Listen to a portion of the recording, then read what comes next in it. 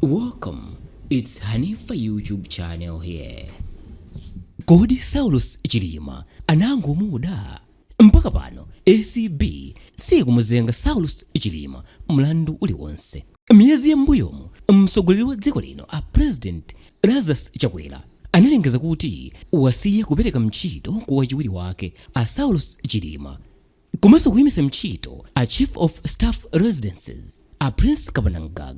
Iwo anachita izi potsatira ripoti la nthambi ya Anti-Corruption Bureau ACB lomwe limanena kuti anthuwa anali ena mwa anthu okwana 13 omwe nthambi inawafufuza mokwanira nkupeza kuti akukhudzidwa ndi zakatangale zomwe amachita ndi azoni satar powathandizira kuti azipeza macontract kuchoka kuboma la Malawi. Komatu pano patha miyezi iwiri tsopano, apresdent Achakwera chisiyireni kuwapasa ntchito achiwiri awo, Saulos Chilima komanso chiwachotsereni ntchito Chris Kapena.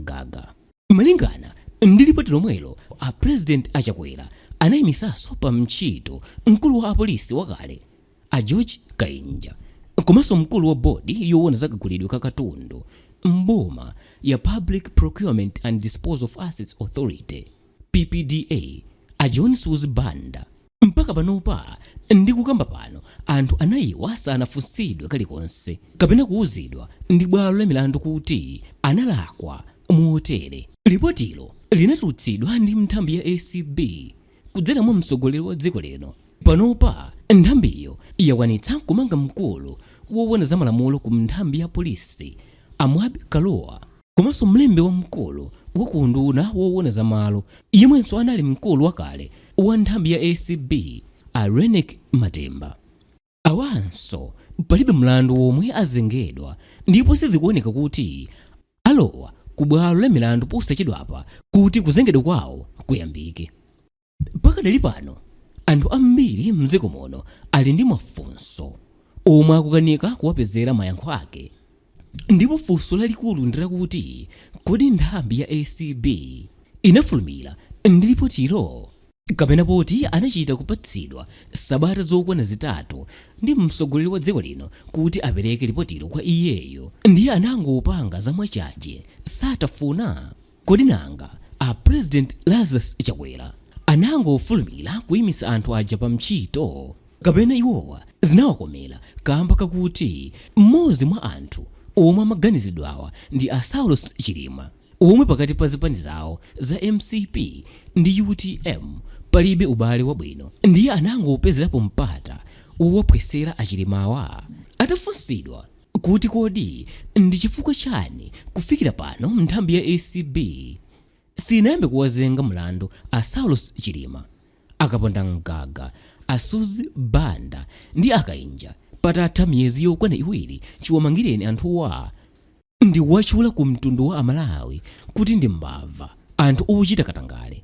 Mayi Engrita Ndala womwe amafalisa mnkhani za nthambi anati anthuwa ali pakufufuzidwabe ndipo chiganizo chichitika posachedwapa.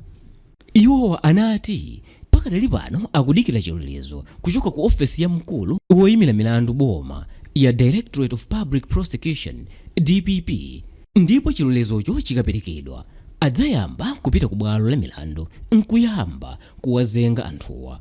Ngakhale Achakwera anayankhula kuti anthu okwana 13 anali atafufuzidwa mokwanira.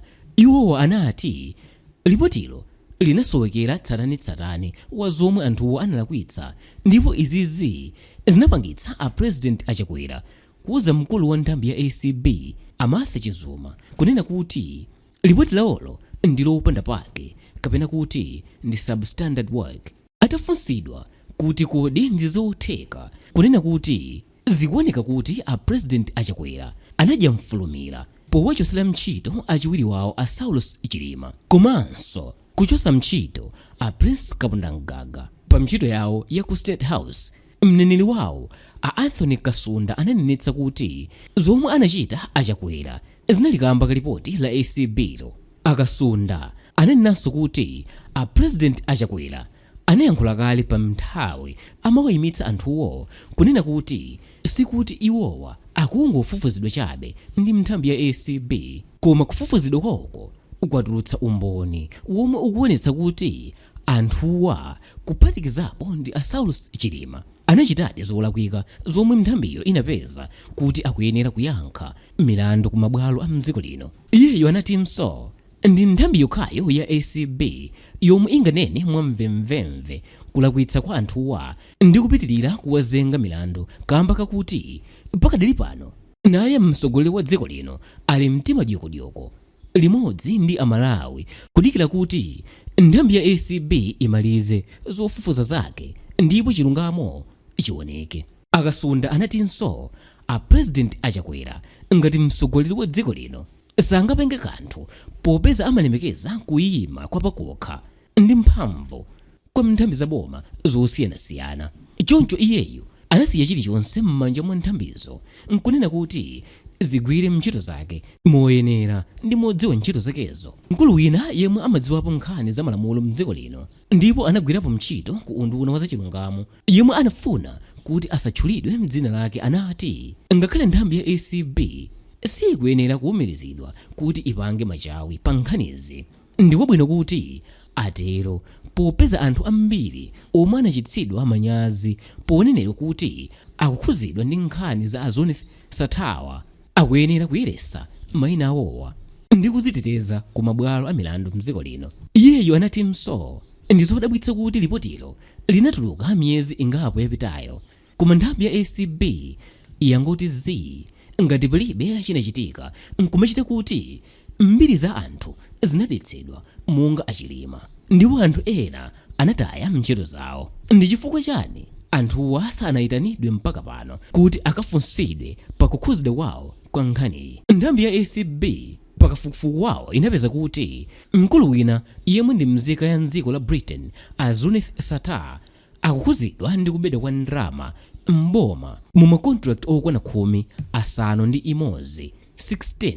Malingana ndi lipotilo anthu ogwira ntchito mboma akale ndi apanopa okwana 52 analandira ndalama kuchoka kwa azonetsatawa kuchoka mu chaka cha 2017 kufikira mu chaka cha 2021, kuphatikizapo anthu ena ndi ogwira ntchito ku kampani komanso mabungwe omwe si aboma. Anthu omwe anapindula ndi zakatangale ndi azonetsatawa kuphatikizapo a Saulos Chilima ndi onse akukwana 53 ndi mphambu zinayi 84.